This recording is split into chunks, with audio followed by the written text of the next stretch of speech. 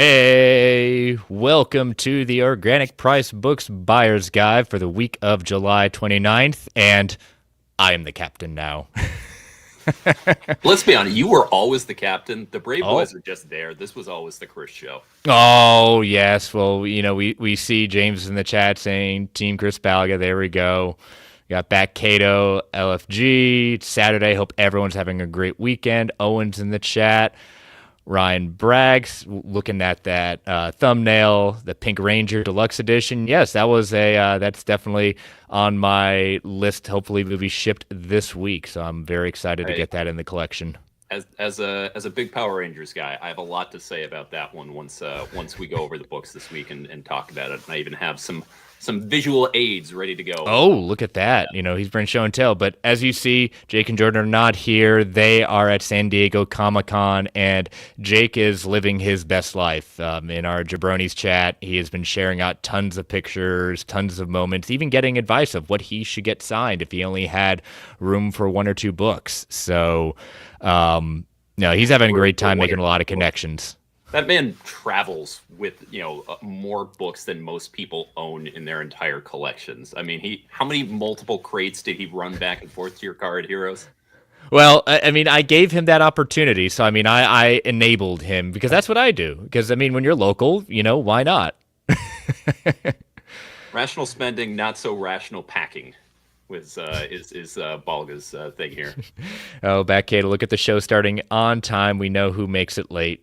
I can't say it's totally that. That's sometimes me too. I will actually say my go-to move as I run around and navigate life is like joining a stream 1 or 2 minutes before it's supposed to start. But I also know how you respect a schedule, from our Weekend of Heroes, and I was like, Yep. You know what? I'm going to make sure that I'm not leaving him in the lurch, especially because I don't have a direct way to contact you. And I didn't want to do that. So I was like, I'm going to make sure that I'm there like 15 minutes beforehand so he knows I am there and ready. Oh yeah, you beat me in. I even texted Jake saying, just in case, I said, you gave Bunk the link, right? And he said, yes. I said, okay, good. That solves the big problem at that point.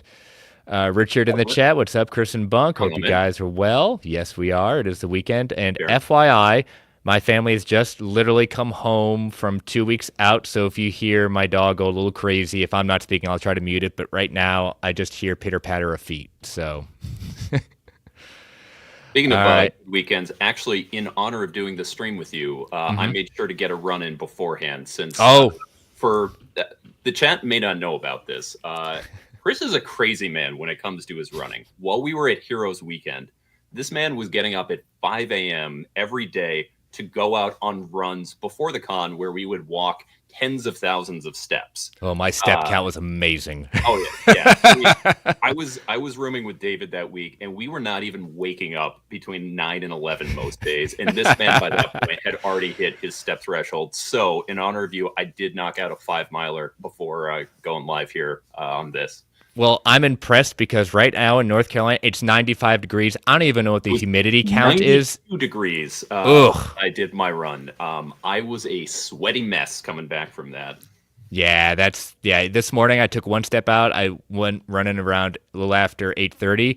I stepped outside and was like, the willpower will push me along with this one, but this is going to hurt really bad.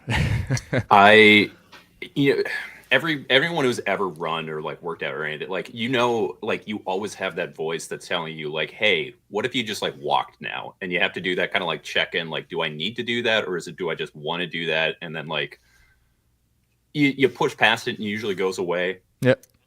I got that so strong at like the quarter-mile remaining mark. Like, I'm so close to the end and it's just like I'm so hot and so sticky and so wet. I'm like, it's right there. And just like my brain's like, dude, come on, seriously, just walk, please. Do us all a favor. Yeah. And I pushed through, I finished, I drained my water bottle, and I was like, I realistically need another one. Yeah.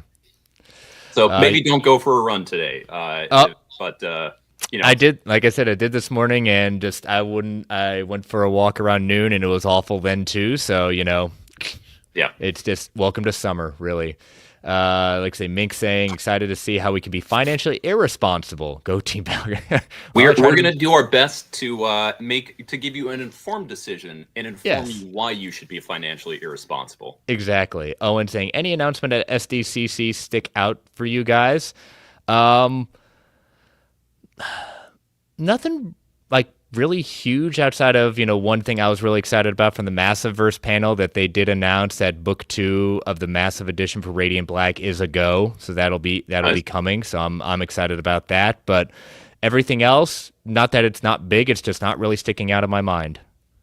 I usually with SDCC, there's so many things that are coming in all the time. I try to just like wait until the end of it and then just sort of Yeah. like, like read or like, here's everything that got announced and kind of go from there. So the only thing that sticks out at me, and I think this got announced even before San Diego, is for the current run on TMNT. Jason Aaron and Juan Ferreira are jumping off at Yeah. issue 12, and then issue 13. We've got Jean Lewin Young, and I can't remember who the artist is on that one, but I'm a little disappointed. I've been loving that run. I really wanted to see Aaron kind of stretch his legs on that. So the fact that we're only getting 12 issues from him is a little bit disappointing. But I'm excited to see what Jean Lewin Young is doing from that. So that's the only thing that kind of sticks out for me. Yeah, I'm starting my third attempt of doing the IDW series, not because I've disliked it. It's just every time I start it, something else distracts me. So I've made it through book 2, so I'm heading into book 3. So, but I'm with is where City at War starts. That's where the series really starts. You're talking about the one that not black and white. Eastman? Not the black and white. So the modern. Run. The one written by Tom Waltz and Kevin Eastman. Yep. Okay. Yeah. Yeah. Volume 3. That's where that one really sort of like I think finds its footing. Like it does some interesting things in those first 2 volumes. Yes. The sort of origin of the turtles, the sort of resurrection angle, I think is interesting, but really like where that run almost starts as far as being what it is, I think is volume 3 in City at War. Okay. I'm definitely I'm loving it. I was loving it. So again, third time's the charm. I'm definitely liking it, but I'm with you. That was very surprising to see Aaron jump off after basically what amounts to a year of work. Must have something else that he's getting ready to do. Many books right now. Yeah. I mean, Bug Wars is going really strong right now. And that's a creator-owned one. Obviously he's got that. He was doing the Superman thing. I know he's doing at least one other book I'm not thinking of. But I mean, he's a name in demand. He's always got projects coming out. So I'm sure we'll be hearing about another thing he's adding. And one of the most quietly spoken men in the industry. So quiet. Shockingly. All the while being like a very large man with a huge beard, and just, writes these big, humongous stories of just like everything going in there. Yeah, every time you see him, it's just like I did not expect this. This is not what I thought was going to be happening. Matt H saying hi. Richard, did you see Fantastic Four? If so, what did you think? I enjoyed it, and much to be excited what happens in Doomsday. Yes, I've seen it, and if you want to check out my full review, go to Marvel Alliance on the Geekverse Podcast YouTube channel to see our full review we did last night. But short and sweet. Yes, I enjoyed it. It's fun. We finally, in my opinion, we have a Fantastic Four that gets the idea of family and fun, and they do some interesting kind of shifts I think in a positive way with Johnny Storm and the Ben Grimm the Thing. James, hit us with that link, so that everybody else can go ahead and check that out. I have not seen it yet. I haven't even seen Superman yet. My movie watching is very, very slow, but I am taking my son to see Superman tomorrow. I'm excited about Fantastic Four. I think this is the first time it looks like a Fantastic Four movie I want to see, but I'm probably waiting until that one hits Disney Plus. Hey, you'll see it eventually. It'll be there. Omnibuds Cafe, what's up? Man looks much cleaner without Jake's mustache on the screen. Man, I wonder if Jake usually will sneak into the chat, so I'm hoping he's reading some of this stuff. I'm at 355 steps today. Hey, that's you can't get to 10,000 without starting with 355. Or maybe you just take the day off and you just have a day at home on the couch, which is totally cool too. Those are some of my Exactly. favorite days. A rest day. So Richard saying glad Superman is getting collected edition love. Superman by PJK Omni. Oh yeah, that is on its way to me right now as we speak. Oh, looks like James is excited for these are things I'm guessing from I have SDCC. not seen the Detective Chimp announcement from San Diego. X-Men 97 Wave 3 figures. Love Lionheart, Lionheart. how you doing? Jewish Yeah, Dragons. Absolute Superman is so good. we met Jewish Dragons at Heroes, so Yes, we cool did. to see Ian here in the chat. That Kato Superman is better than Fantastic Four. Hey, guess what? It's That all subjective. that is the general consensus I've heard from most people who have seen both of them. But it's also true that two things can be good. Yeah. And what I will say, it's hard to compare when you have, Superman is definitely a more recognized property than anything else. So it'll always kind of edge out when it comes to that. But like I've said it before, they're both good movies within their own right. And I've had a good time with both. So Bunk is the people's champ. And Yes. and if you can't see Matt, who is known for switching around his profile Thank you, picture, James. now I have made it on there. And I'm holding the belt, so I feel like I've finally made it on YouTube now that I've made it as one of Matt's profile pictures. So I'm very flattered. Thank you. How would we rate Black Science hardcovers image on a scale from 1 to 5? The hardcovers? I had the hardcovers before they did the re-release of them for their 20th editions, so I've had no complaints. I have no issues. I think they're the big library editions that I know and love. So, I I so have if to a 4.5, nothing's perfect. I have to be honest. That is one of the few Remender series that I don't have. I kept waiting, and then the most recent one left. I love Matteo Scalero's art, so I'm sure that they're wonderful, and I would love it. And I've heard nothing but great things, but I waited too long on those, and every time I see compendium, I'm like, yeah, but it's not as big. Yeah, it's definitely what I consider to be one of his darker series. Yes, but And say Black Science. No, he gets dark in some of the series. I think this one definitely has a very very dark lean towards it. I mean, Lowe's starts pretty dark. I mean, Hmm. the whole point of that is underwater depression, and Yeah, so and it's all about like sort of climbing back up. Are we talking like that dark? Are we talking darker? Like where? I'd say along the same lines. Okay, I'd say along the same lines. all right, But yeah, you want to talk about some hauls? absolutely. All right, Do you want to go first since yeah, you are sure. the recognizable figure? Well, sure, I will. There we go. So this came in earlier in the week, and I absolutely love Clean. what DC did with the volume 1 of Tom Taylor's run of Nightwing. Now, this is definitely one of the thinnest omnis that DC, and particularly since they are known for putting everything in the kitchen sink in some of their omnis, this one just says to me, we know people are buying this, so why put it all in one when they'll buy it twice? So That presentation is so clean. I mean, like it's redundant to say Nightwing book is sexy. I mean, like that cover, and then also like the decision to make the back of it have his butt on there. Like they knew what they were doing. oh yeah, they like, knew. but I mean, just come on, like there we that, go. that front, yeah, there it is. There's the cake. But the way that they do that spot gloss just going on the blue, the just really nice design on the spine. Mm-hmm. Hopefully, Volume 2 keeps that same design, but that just looks so good. Yeah, and then literally 30 minutes ago, these two came in. Wolverine goes to hell, and he survives. Obviously, I believe the proper title of that goes to HE double hockey sticks. Oh yes, yes. But this is the one I was most excited for arriving. The final volume of X Factor by Peter David. It was a dream when the first volume was coming out, and today we're talking about the reprint of it. getting to see Todd Nock at Heroes, getting him signed some of my other stuff with Young Justice. This was the only cover I was going to get. So a great illustrious run. I'm only sorry that he didn't get to see it finally put out there in the. But Peter David, just what can't we say about him?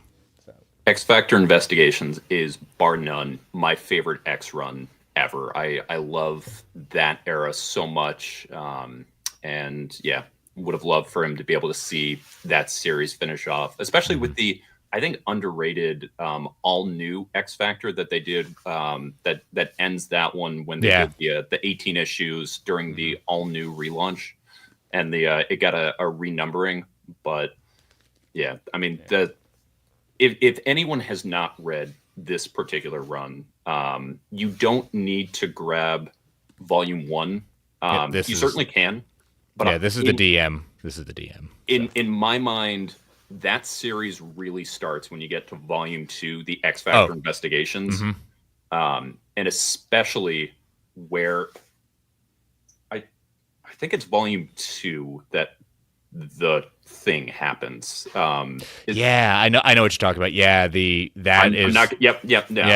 it. That is one of those like, ooh, we went there. Yeah, is it's either the end of volume 1 or volume 2. I can't remember, but I mean, it's for the Omni. I think it's to the end of volume 2. Oh, volume. Yeah, that's what I meant, because volume 1 is in my mind, volume 1 of his original stuff is different than Investigations. Oh yeah, the night and day. Yeah. Volume 2 is the beginning of the X Factor Investigations, and the end of that one, I think, is one of the best comic twists that you'll have seen. If anyone's read it, you know exactly what we're talking about. If you haven't, don't look it up. Yeah, go in blind. Yeah, exactly. So, but yeah, small haul, which is good with me. I just had to do some reshelving yesterday, and when I was coming to the end of the Marvel side, I was like, wait, I've got a Wolverine and X Factor. I'm going to stop right now because I'm not going to reshelve twice at this point. So, but yeah, you ready to show off some of your haul? Yeah, man. So this actually works out great because I've had a pretty busy week. So first off, I had to start with my favorite piece that I hauled this week, which was a late Father's Day gift from my wife. As Matt pointed out, I'm well known as a big wrestling fan. This is a Cody Rhodes windbreaker that is such a 90s throwback that I absolutely love. It's nice. It is. I mean, it's pretty sweet. It absolutely, despite how hot it is outside, since I got it, I have been continuing. I did not wear it on my run, but I will deal with the sweat that comes with it in order to just show this thing off. So I have been absolutely loving this. It is pretty hot, so I'm going to go ahead and take it off now that I've Bunk is doing this on purpose because we all know what the fans really came for today is to see Bunk take off something. If I was doing that, I would have made sure I had a tank top on it. But no, I gotta make sure that I'm rocking our guy David's yes he made for me under. So that's a non-comic thing. But the big thing for me is picking up some out-of-print mouse guard stuff. So big mouse guard fan. I have been on the hunt for the black and white editions ever since I found out about them and picked up the Black Axe Volume 3 from the most recent OPB Whatnot. So I got 1152 of the big printed. Oh, that's gorgeous. They're basically absolute editions, or in some ways kind of like the artist edition, signed and numbered. This one's number 2. So that's pretty sweet that you got you just got number 2. That's impressive. I would have been happy with any number, but anytime it's like a cool number, I'm like, that's even better. Yeah. So now I just need fall 1152, and I'll have all of that. You can see over this shoulder, I have the sketch cover that I got from David Peterson while we were at Heroes. So I was super happy about that. If that had been the only thing I got this week, I would have been super happy. But actually, from the same place, I found the Art of Mouse Guard. Oh, okay. Which is a big hardcover art book that has a lot of sort of just a lot of different things. So it's got some of the papercraft stuff that he's done. It's got some of the sketches, compiles some of the covers, and just this huge, big, oversized thing. Just a really, really cool piece that you don't see. Some character sketches and whatnot. So you never see this in the wild. So was super happy for that. That's what I've always. I mean, we're both comic book collectors. We love the artwork at that point. But I'm loving how when you come to Kickstarter, they've been really pumping out a lot of artist editions through Kickstarter. It's nice to kind of see that come about. Well, and I think too that's kind of the place that belongs. For things like that, a lot of titles, if you're doing a wide release on that, because it is such a niche market, those can sometimes sit. But if you're able to sell like directly to the people who are looking for that, that's where you kind of get that. Then speeding through the rest of it, picked up just two of the other Mouse Guard books I needed to kind of fill in some holes. And then one I didn't realize was out, but was super happy for, is the Switchblade Shorties hardcover. The last work by Ed Piskor. My shop got this in, so I was super happy to grab that. And then lastly, we're both big Fables fans. They were having a big sale for the not at for Comic-Con. And so I grabbed two of the deluxe editions, volume 10 and 11. One day they'll release that. With Vertigo coming back, I feel like we're primed for a release of an omnibus of Fables. Like, I don't understand how we haven't had it this long. Well, because he declared it public domain, Didn't he undeny that? I mean, yeah, it was fun talking with Mark Buckingham about it, just tongue in cheek at that point, who is a gem of a person and so nicely signing every single one of my trades just because I was the first in line that Sunday, and he says, "You know what? I'm going to do it." And and I wasn't expecting. I just brought it just in case because you never know. And but yeah, I'll take an Omni. I'll even buy all the deluxe editions again, but I'm not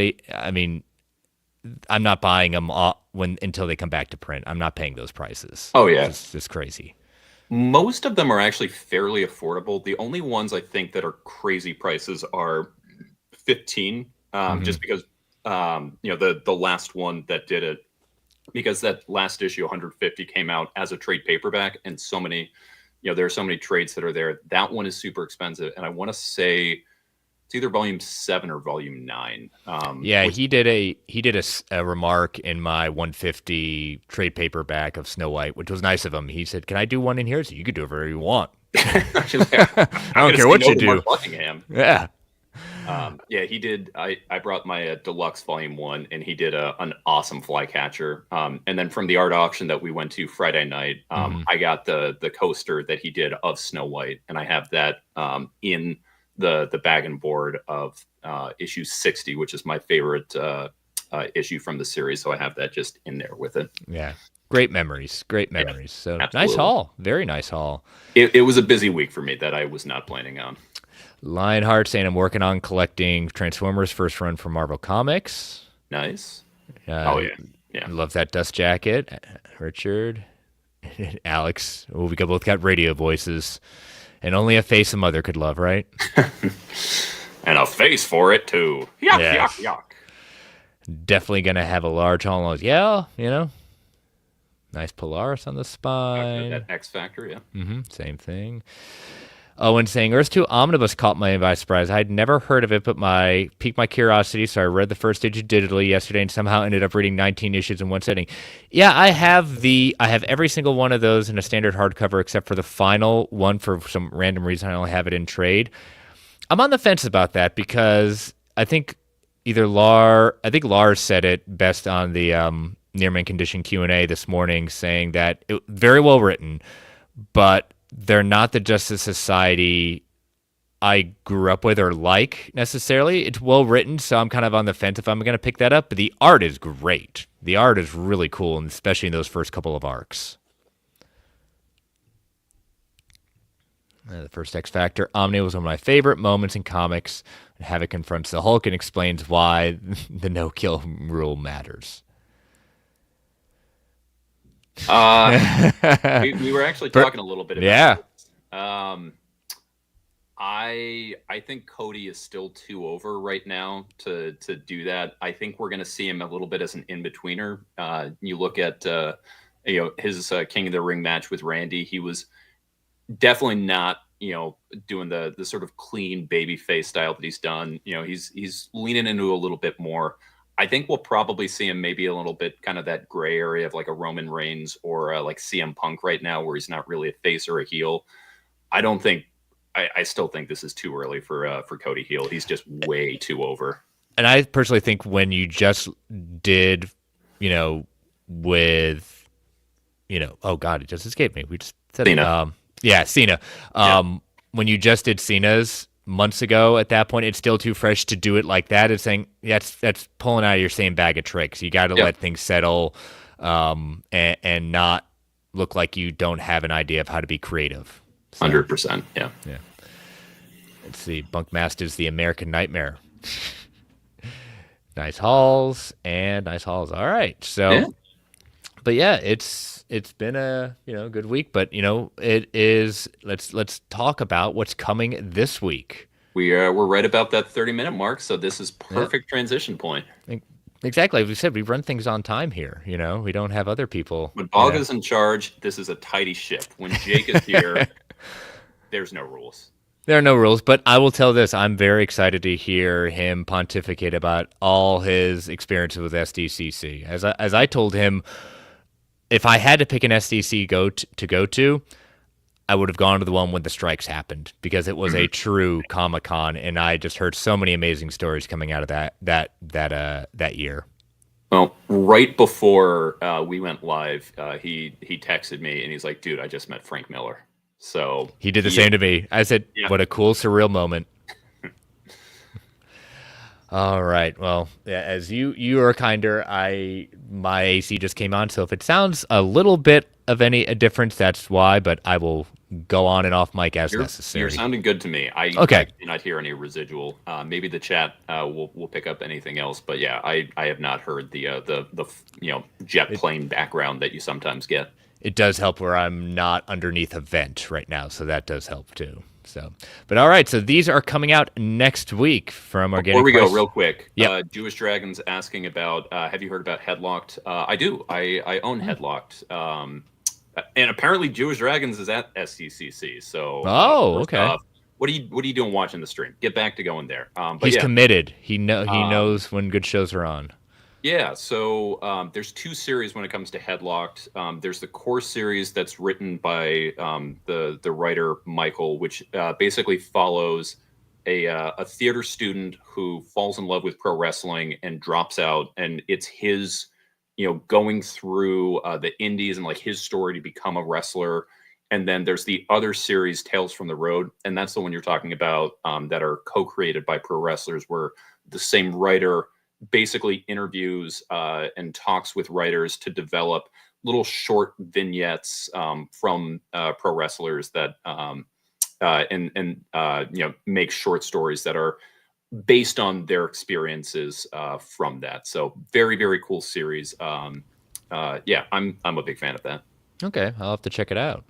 Cody's going to play Guile in the upcoming Street Fighter movie next year, which is that a real thing? Or that's a real thing. He is playing Guile. Like, his hair is perfect, and obviously the American Knight. I heard someone else got.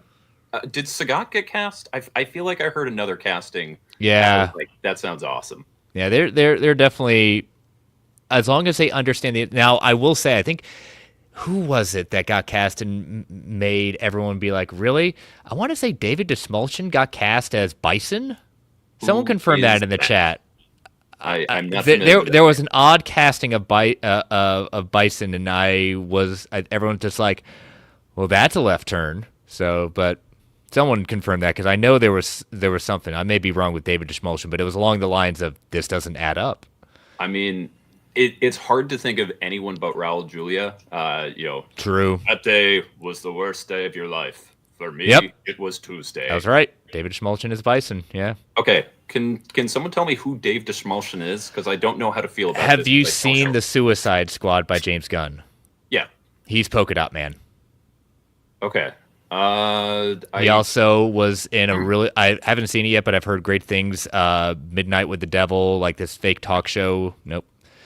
Yep, and Roman is playing Akuma. That's it. Oh, that's okay. That's good too. I'm excited about that. Yeah. And Richard saying, I feel Comic-Con is going to start becoming more traditional Comic-Cons, especially with the major studios not going recently and having their own cons like D23 CinemaCon. Yeah, I mean, DC is there, but they're there to promote Superman. I mean, there to promote Peacemaker and Hall H. Marvel skipped out because really they don't have anything to show off right now. So, but all right, so let's get into this. So we've got the Avengers West Coast Epic collection. We've got entitled Vision Quest. So it has Vision Quest in there. The team must survive showdowns with Defiler and the Night Shift, and Mockingbird is haunted by a terrible specter of the Phantom Rider. Then John Byrne takes charge, and the legendary writer-artist immediately leaves his mark on the wackos with a startling change for the Vision. As the team grapples with what happened to their old friend Vision's wife, the Scarlet Witch descends into darkness and learns a shocking revelation about her children. Amid the chaos, U.S. Agent muscles his way onto the roster, the Great Lakes Avengers assemble, and the Golden Age legend blazes his way back from the grave. So I've definitely read Vision Quest from this era. It is one of those seminal runs. And this is a reprint of an existing one. Yes. Yeah. So this is a big enough deal that this isn't just sort of a one out going out. Like there's a lot going on in this. I mean, the take on Scarlet Witch's her heel turn, if you will, starts here. Definitely a big deal. And for anyone who's a fan of Scarlet Witch from the MCU and kind of what they did there, I'd say this is one you want to check out. Yeah, there's a lot of different scenes from WandaVision that they perfectly lift from that arc. So, and then we've got Captain America by Mike Grunwald Omnibus Volume 2. This was a big want after the first volume. As always, y'all did your work, so you all bought up Volume 1 enough that the Volume 2 was coming. So, with his familiar shield in hand, Steve battles alongside Nick Fury and takes on the Supreme Soviets. But his return to the mantle of Captain America may come to a swift end as he struggles to survive Mother Night's camp of hate while transformed into a scrawny teenager. And the erstwhile Cap, John Walker, makes his return as the take-no-prisoners U.S. agent. No, U.S. agent in 2 books this week. Then a classic caper begins as Baron Zemo targets the powerful Bloodstone, and Cap joins the hunt along with Diamondback. She's a foe turned friend, but could she be more? Plus, Steve joins the war on drugs, but when he targets the gang selling the new designer narcotic ice, he receives an accidental overdose that combines with the super soldier serum in his blood with deadly consequences. So that anyone who has not read that ice issue, there are some really interesting moments, like when he confronts Kingpin and is not in his right mind. And there's anyone who picked up Volume 1, I'd say this is you already know you're picking up the second one here, but there is some very cool stuff happening. Yep, and that is the DM cover. I am not picking this up, but if I were to choose, I would probably go standard edition. I like that. That's Captain America. That is such a clean cover right there. I'm sorry, but that is. I will hear no further discussion. Like that. That is the Captain America cover. Yep, Richard saying Grunwald Volume 3 coming soon. Oh yeah, I think we're your safe homework. Bet. You bought Volume 1. Marvel was happy, so we got those coming. Yep. All right, King of Spies. This is something. Matteo Scalera. Yep, this is something I am not familiar with. I mean, obviously we know the team. Regarded as Miller's comics masterpiece, King of Spies left jaws on the floor as he and Matteo Scalera, Scalera, took the classic tropes of the spy genre and subverted everything as Britain's greatest secret agent. Now in his 60s, discovers he has 6 months to live. He has a choice between gentle decline or going after everyone he thinks deserves to die. I'm guessing which one he's chosen. It's Mark Miller. You already knew. Yes. His worldview has changed since he retired from the service, and he looks around at the mess the world is in. He has a long list of people he blames: politicians, royalty, journalists, and celebrities. Sir Roland King wants to root out as much of the corrupt status quo as he can before he goes, and a lifetime of experience makes him almost impossible to catch. Who is the one man might be to take him down? His estranged son, eager to destroy him after Roland abandoned both he and his mother many years ago. The book is for fans of Tinker Tailor Soldier Spy, Kingsman, Unforgiven, and Kill Bill. It's an elegant revenge thriller you won't be able to put down. You know, when I hear that last line, an elegant revenge thriller, I don't think elegant has anything to do with Mark Miller. I'm not. It's not a critique. It's just when I don't think elegant and Mark Miller, those are two things that don't go together.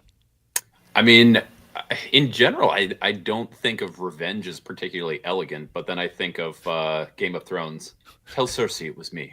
I want her to know. Like, yeah. Sometimes you can be elegant there. Maybe it's like while you're gunning everyone down, you keep your pinky out. Yeah, exactly. Matt H. King of Spies, the biography of Bill Belichick. How dare you? How dare you? Dare you, I will sir. not hear such Patriot slander on this stream while I'm here. I don't know if Bunk knows this about me. I'm a Giants fan. How are you from New England and not? I'm from Connecticut. I was born and raised a Giants fan. Get this. Okay, here's where it gets really strange. So my in-laws, my father-in-law, brother-in-law, they live in upstate New York near the Finger Lakes, Watkins Glen, Buffalo territory, okay? They're Cowboys fans. There's no accounting for taste sometimes. No, there really isn't. My wife is a Patriots fan, so, you know, there's that. It is really weird that they canceled the Super Bowl in 2008 and 2011 and just decided not to play those years. I'm not really sure why, but I mean, it's cool that the Patriots got to end the undefeated season, never having been defeated. It's just, it would have been nice if if they'd played that out, but oh well. You know, you got a regular season, you just didn't get the ring in the end. You know, that's when it comes down to it. Well, yeah, because right? They canceled the Super Bowl. I can't remember they did why, that. But they never played it. Never it played didn't it. Happen. No. Seeing some Bengals love in there. I'm about 4 hours north of Cincinnati, and not kind of loving the stuff that's going on with the Browns and their owner basically forcing the state to build them a new stadium while they still have a stadium. So gotta love those uniforms, though, right? Right? I mean, while they're Did you see the video of as they're doing the new helmet reveal, the dude just like falls in the lake? Taking pictures. Yeah. Oh, so, you know, more and more for like my in-state team, I'm kind of feeling like, especially can't say I'm the biggest fan of the quarterback situation with the Browns. So I do have, as the years go on, I have quite a bit of affection for the Bengals. And T. Higgins helped me win my fantasy football season last year. So, hey, you know. Exactly. No elegant and Mark Miller. What about Trouble? No, that's a different type of elegant. I do think that this, by the way, the library, I think that's a buy for me. Again, you know, we were just talking about Scalera. I really like his work. I haven't read this in particular, but I love a good spy. You know, I'm a dad. I love a spy story. Oh, same. So I'll definitely maybe look at Hoopla and see if it's on Hoopla. I'm that or Global Comics. I bet you can find it. Okay. But I think this one's a buy for me. All right. And here we go. So I will read said description, and then I will turn the floor over to Bunk. So, Mighty Morphin Power Rangers, the Pink Ranger Deluxe Edition, the edition that I definitely didn't see coming.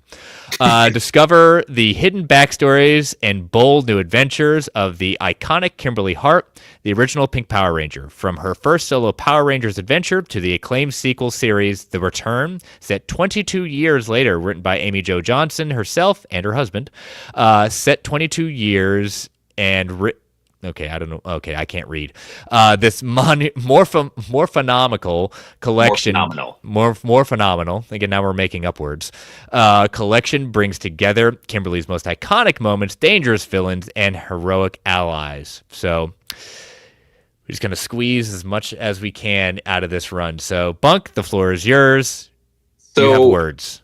yeah, this, like you said, this is definitely kind of out there. I think the big push that's happening here is the return.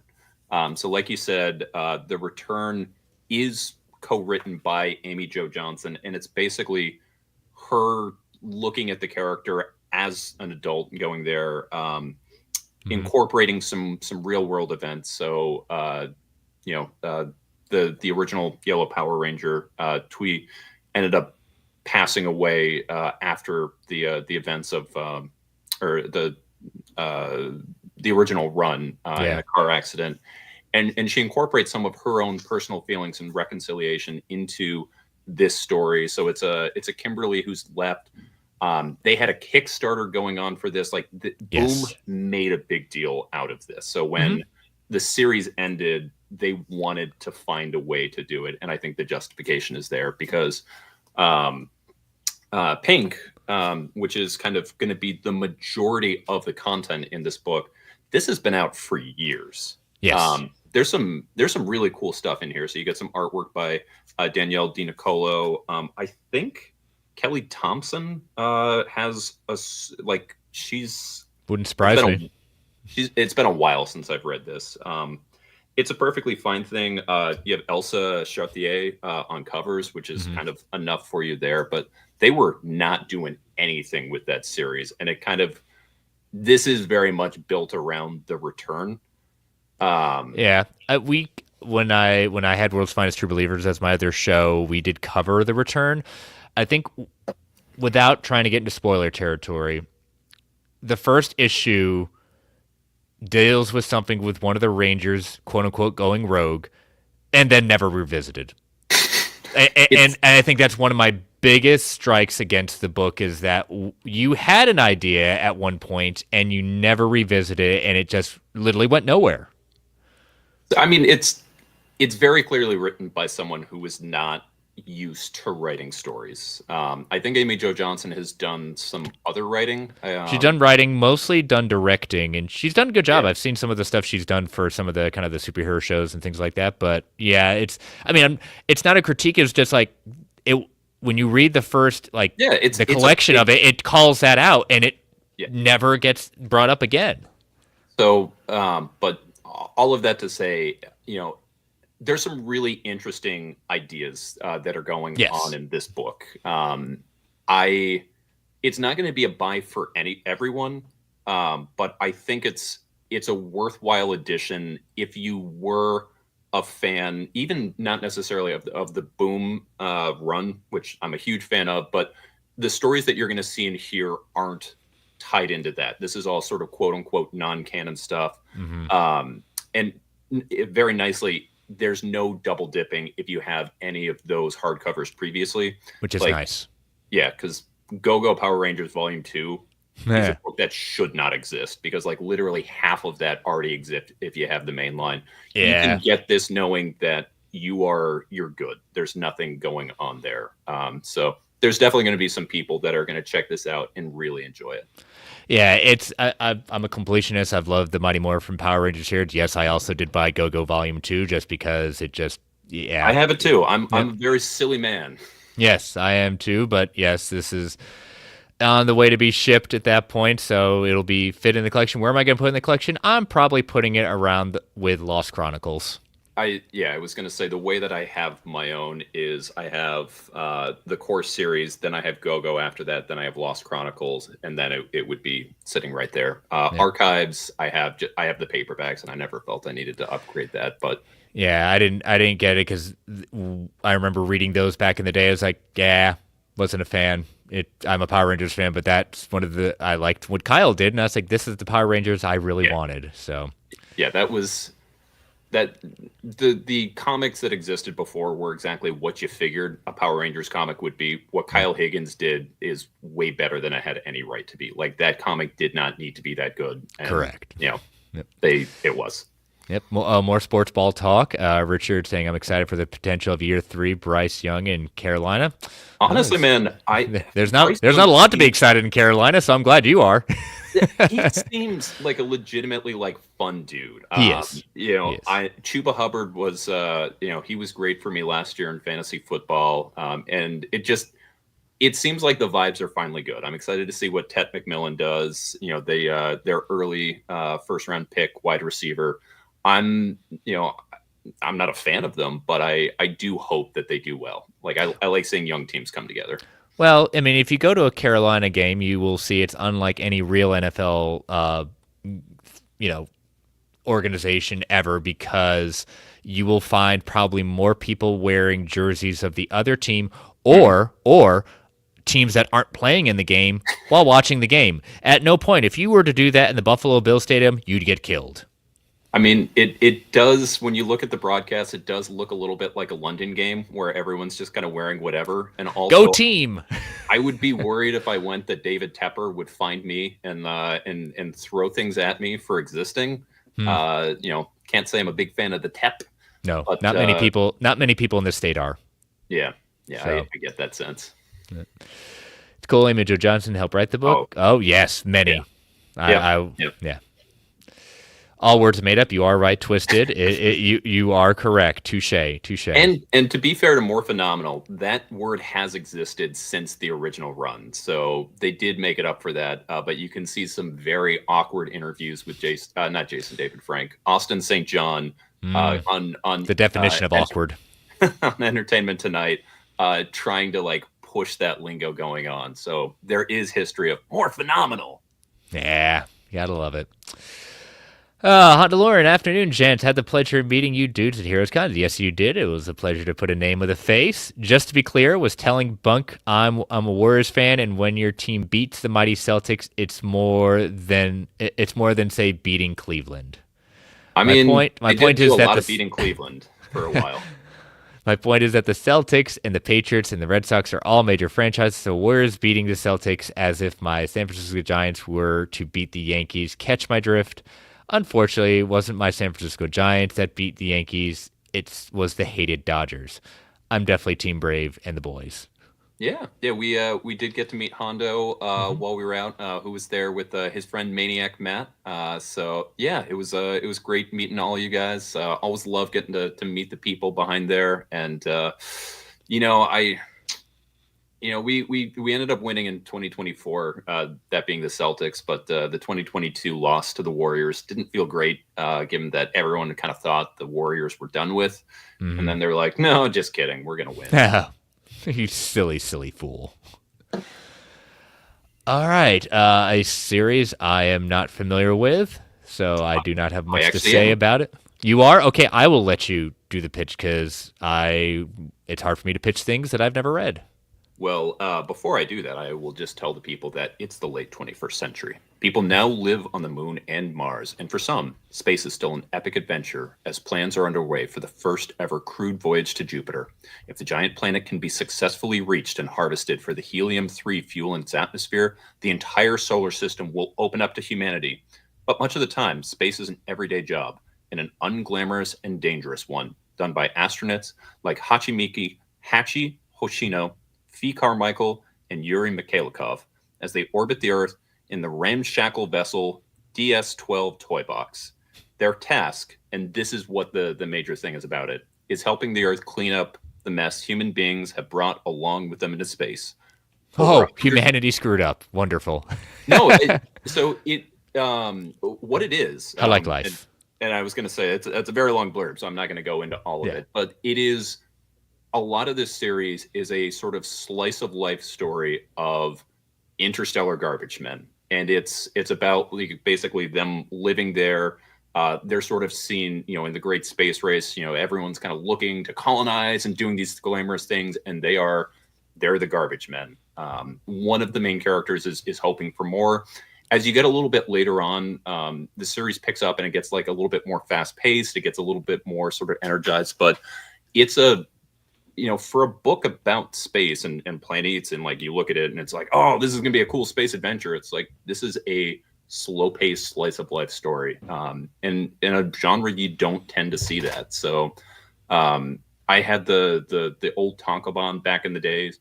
I'm excited to see it get the deluxe format. This is going to be one that a lot of people are going to enjoy. And if you do like sci-fi stories that are a little bit less space opera and a little bit more about sort of life, like some of the parts of Cowboy Bebop before you get in the big exciting things when it's just sort of like the people living there, this is going to scratch that itch for people. Okay. Matt H, Captain Planet? If he would be Captain Planetes, but I mean, that's kind of like they are trying to take space pollution down to zero, indeed. Yes. Next up, we've got Superman by Kurt Busiek, Book 2, standard hardcover. Superman has been defined by numerous prolific comic book creators throughout the years, including the iconic writer Kurt Busiek.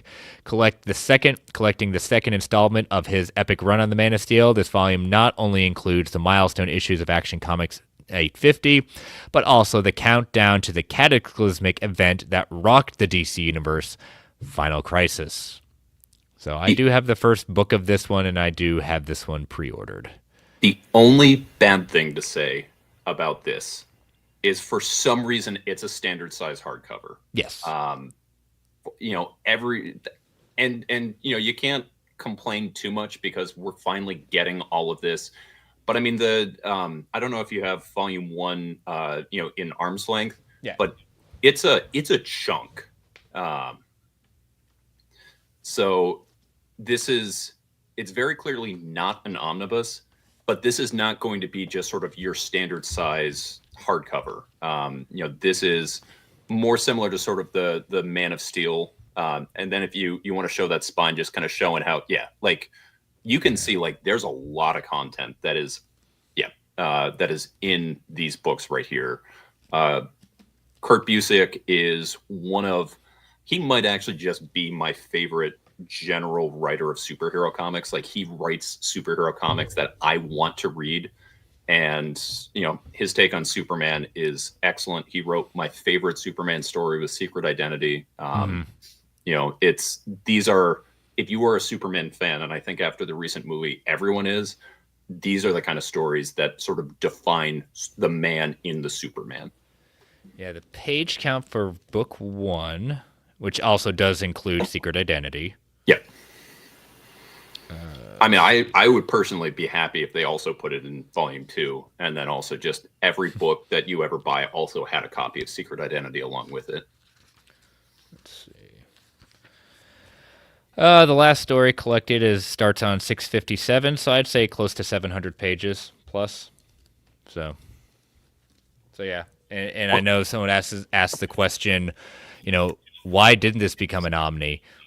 Well, that's a publisher decision. Yep. Just what it is. Why we don't have a Man of Steel omnibus, right? I would honestly say that is sort of the best comparison because they are very, very similar books with, again, the trim size, the size there. Taking a look, volume 1 is still in stock at Organic Price Books. It is on back order right now, but if you are taking a look at volume 2 and saying, I don't want a 2 without 1, you can absolutely get volume 1. So That is still an option there for you. And all that back order means, for those that don't know, it as Bunk says, is still in print. It just may take 1 to 2 weeks. So. Yep. All right. So this is, I know Jake put me holding the Power Rangers room, but this is what excites me the most this week. I think this is the biggest book of the week. Yeah. Yes. Superman by Philip Kennedy Johnson, Omnibus Volume 1. So Philip Kennedy Johnson takes the Man of Steel to the new, brutal, and unforgiving worlds governed by ancient enemies in his iconic run on Superman. The Man of Tomorrow teams up with the Authority to leave Earth with their sights set on an enslaved planet tucked deep in the cosmos. Their goal, liberation. Not everything goes as planned when Superman is captured and taken deep into the lower catacombs of Warworld and is trained to be a gladiator in battles of death. Can Superman forge an uneasy alliance with the other prospective gladiators and overthrow Mongol's bloodthirsty capital? Philip Kennedy Johnson builds the foundation of Superman while ushering in a perspective in this massive omnibus. The best thing that they decided to do and include was adding Superman and the Authority numbers 1 through 4, because that is critical to the rest of Philip Kennedy Johnson's run on this. And they also said that they are including as some of the extras as Clark's journal entries will be put in there as he wrote in Warworld. And people was like, wow, isn't this everything that Philip Kennedy Johnson has written? Yes, it is, but he is returning to Superman. So they are very much planning a follow-up omnibus to this. Yeah, this is, I mean, the fact that they're putting volume 1 kind of shows what kind of faith that they have in him. But I really, really like that they went back. Of course, we had the Warworld compendium before, but that picks up specifically at the Warworld section. Yep. Leaves out a lot of the stuff that came before it, a lot of the great father and son interaction that you get with Clark and John. And to your point, the reason that Chris mentioned that it was cool that they put in Superman and the Authority 1 through 4 is Grant Morrison was the one who actually wrote that. Mm-hmm. Philip Kennedy Johnson writes the Batman Superman Authority special that comes in afterwards, but 1 through 4 is not written by him, but informs a lot of what comes later. So this is going to be, this is going to make a lot of people very happy. People look and say, like, what's the best modern Superman run? And a lot of people will look at the one that began Rebirth with the same team. Tomasi. Thank you. Tomasi and Gleason. Tomasi and Gleason. For a lot of that book is like pushing 10 years old at this point. Yeah. And I'll echo that, where when Philip Kennedy Johnson took over for this Warworld run, I had fallen off kind of Superman. I mean, I like John Kent. I really enjoyed what Tom Taylor did with the John Kent run, but like, I'm talking about Clark being Superman. Mm-hmm. I love Brian Michael Bendis, but that kind of destroyed my love for the character with what he ended up doing with it. And so when Philip Kennedy Johnson came out and said, all right, I'm going to give this a chance, and then he continued it on with, when he did do the book proper after the Warworld saga. So, I mean, that part is not collected yet, but there's not enough to put it in a volume 2. But I like that he is coming back to Superman very, very soon in the next couple of months. And volume 2 is going to be happening. So, and for anyone who also hasn't read this, but you like Planet Hulk, there's going to be a lot to like here in this. There's some very clear inspiration that's taken from Planet Hulk with the Warworld stuff that you have here with Superman. And I say that not to sort of like, oh, they're just ripping off it, but it's like, if you like that, you'll probably like this. Mm-hmm. Matt is saying, I think the overall, most of the mapping for the recent nominees has seemed much improved. Maybe the companies are finally starting to listen to fans. Yes, and as again, the fact that they put a book not written at all by Philip Kennedy Johnson in this shows that. And again, I don't know how the approval goes at that point, but obviously Philip Kennedy Johnson's like, no, what Grant did really helped inform about what was going to be happening with the Warworld saga. So I'm glad they weren't being petty about the whole thing. So, and also, if you're going to put that special that he did write and not put the series that it was sort of, coming after, there's going to be kind of like, wait, what? Why is Manchester Black here? What's happening? Exactly. Next up, I know a book that a lot of people have been waiting on, The Terrifics, the complete collection, trade paperback. The smartest heroes in the DCU together at last, and Plastic Man. Spiraling out of the dark multiverse of the DC metal, the Terrifics are a team of DCU's best and brightest coming together to help explore the deepest mysteries of this brave new world together. DC Metal has reshaped the multiverse as we know it, and the brightest minds, along with Plastic Man, are the only ones who can get to the bottom of it before it's too late. Their first mission? Finding the missing Tom Strong. Superstar creative team Jeff Lemire and Ivan Reyes kick off the bombastic adventure series full of thrills, chills, and hilarious hijinks. Don't miss the opportunity to own one of the cornerstones of DC's New Age of Heroes era with the complete series of The Terrifics. So this collects all issues 1 through 30 of this very much celebrated run. I have not read any of this. I'm so excited that this exists. Yes. Yes. I have not read it, but I heard enough and kind of played catch up a little bit from other people telling me about it. Yeah, this is one, as I said, people are very excited is coming. And another one people have said, why didn't get this? Why did they do this in any sort of, oversized format? Have I to mean, see. just it makes it super accessible. Just having it in that all-in-one, keeping the price down with the trade paperback. Like, obviously, you'll love to see an Omni at 30 issues. It's going to be a little bit of a thinner one, but I mean, just like you said, I've heard nothing but great things about this. You look at the talent that's on there. After it's Jeff Lemire, it's Gene Luen Young, who we just talked about earlier in the stream. This is a book that's going to make a lot of people very happy to have, and just a way to get it all. Yep. And again, they're capitalizing on one of the show stealers of the new Superman movie, Mr. Terrific. Oh, I'm excited to see tomorrow. Yep. All right. So next up, another epic collection with a new one from Thor, the Mighty Thor, Dark Gods. The Odin's son returns from Heroes Reborn to find Asgard in ruins and the other pantheons under siege. Who is responsible for these attacks? Who could possibly threaten the gods? Before Thor can find the answer to these questions, he must face the unrivaled might of the Destroyer. The Thunder God battles alongside Spider-Man, Hercules, Namor, the Silver Surfer, and the Avengers. But his greatest struggle may be getting used to juggling his godly duties with his new mortal life as paramedic Jake Olsen. Plus, what happened to Thor and Doctor Doom on the way back from Heroes Reborn? So this is a lot of the stuff that starts off the Dan Jurgens JRJR omnibus right here. Like it said, it's the Heroes Reborn. So coming out of the whole Onslaught thing, some really fun stuff that's happening here. It kind of brings the character back to that classic. He's embodying a body of person on Earth. So there's this sort of like secret identity. There's this stuff going on with Asgard. It's some cool stuff. I'm glad to see that this is getting the epic treatment. Yep, some continued ways to collect these great stories. All right, and as we hinted towards earlier in the stream, here we go. X Factor by Peter David Omnibus Volume 1 coming back into print. Forgot to label it new printing, but yes, this is a new printing of it. So this is the beginning of Peter David's illustrious run on the series. So Havoc, Polaris, Quicksilver, Multiple Man, Wolfsbane, and Strong Guy are the all-new, all-different X Factor, sanctioned by the U.S. government to protect humans from mutants and vice versa. They take on threats including Mr. Sinister and his nasty boys, the Mutant Liberation Front, and the Incredible Hulk.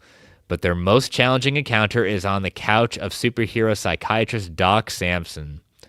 Whether it's battling the Brotherhood of Evil Mutants in the shadow of Genosha or clashing with X-Force during the Executioner Song saga, this unlikely band of heroes has team chemistry like nothing you've ever seen and unique style of humor that makes this series a true classic.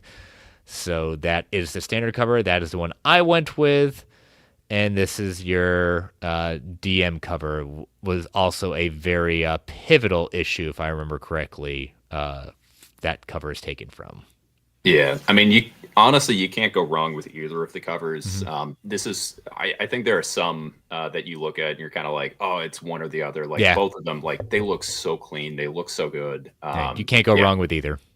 100%. And I mean, I don't want to spend too much time on this because, before we started going over books, we were talking about this one right here. But talking about it, it says their most challenging encounter is the one on the couch of the superhero psychiatrist, Doc Samson.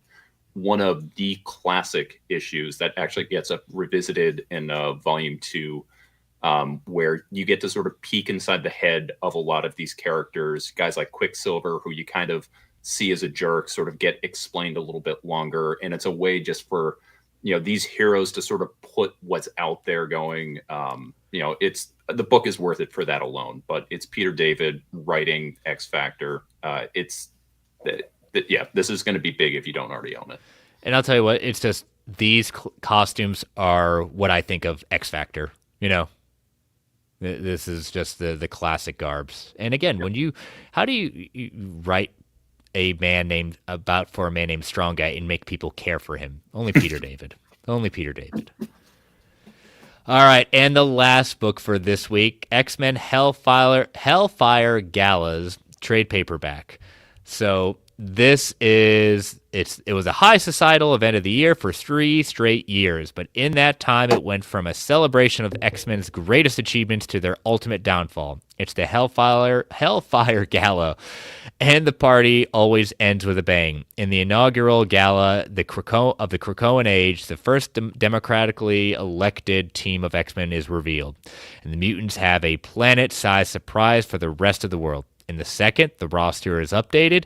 Yet another shocking revelation comes to light, and a party crasher makes for a high-stakes team-up for Wolverine and Spider-Man. But on the night of the third, everything changes for Krakoa as Orcus turns the celebration into the ultimate nightmare. Plus a daring mission for the secret X-Men, more stories of losing candidates, and the classic first tale of the Hellfire Club Gala, featuring sensational new designer looks for the iconic X-Men, and more of your favorite heroes in a stunning gallery of Hellfire Gala variant covers, which probably is going to make up a lot of it because there were always a ton. That is what it collects. It is everything tied into not just the gala issues themselves, but also the tie-ins that went along with it. I do wonder how these are going to read sort of on their own, just because, the Hellfire Galas were basically the events that they used to sort of push the book forward and sort of go into what the next era was during the Krakoa era. Yep. So you're skipping basically a year in between. Mm-hmm. But like you said, I mean, one of the big appeals of this is going to be just looking at all of those variant covers collected.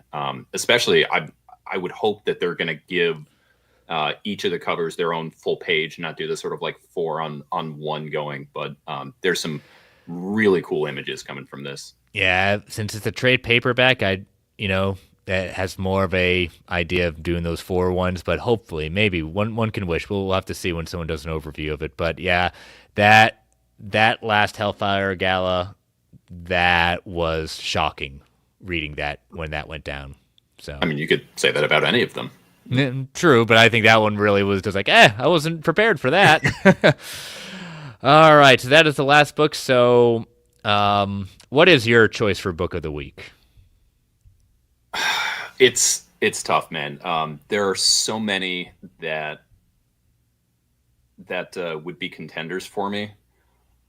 I'm gonna go because I think the biggest and sort of the quote unquote the best would probably be that PKJ Omnibus. Mm-hmm. But as far as the one I'm most excited to go into, it's probably that King of Spies Library Edition. I love the cover. It's so clean. It's Bolero. Like library editions are like one of my favorite formats for that. It's like that perfect size at 14 issues. That one is for sure a buy for me. So I'm gonna go a little left field and go for that.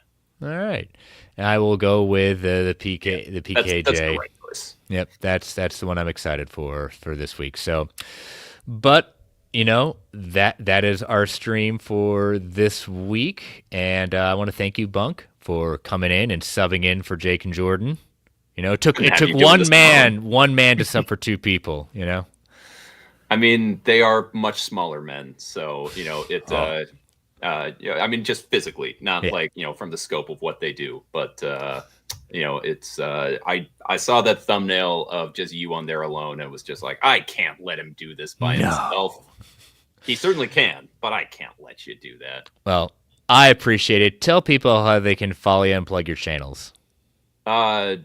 You can watch this when I occasionally jump on and other places. I have a YouTube channel. I make videos sometimes. It's been like 100 days. Less we say about that, the better.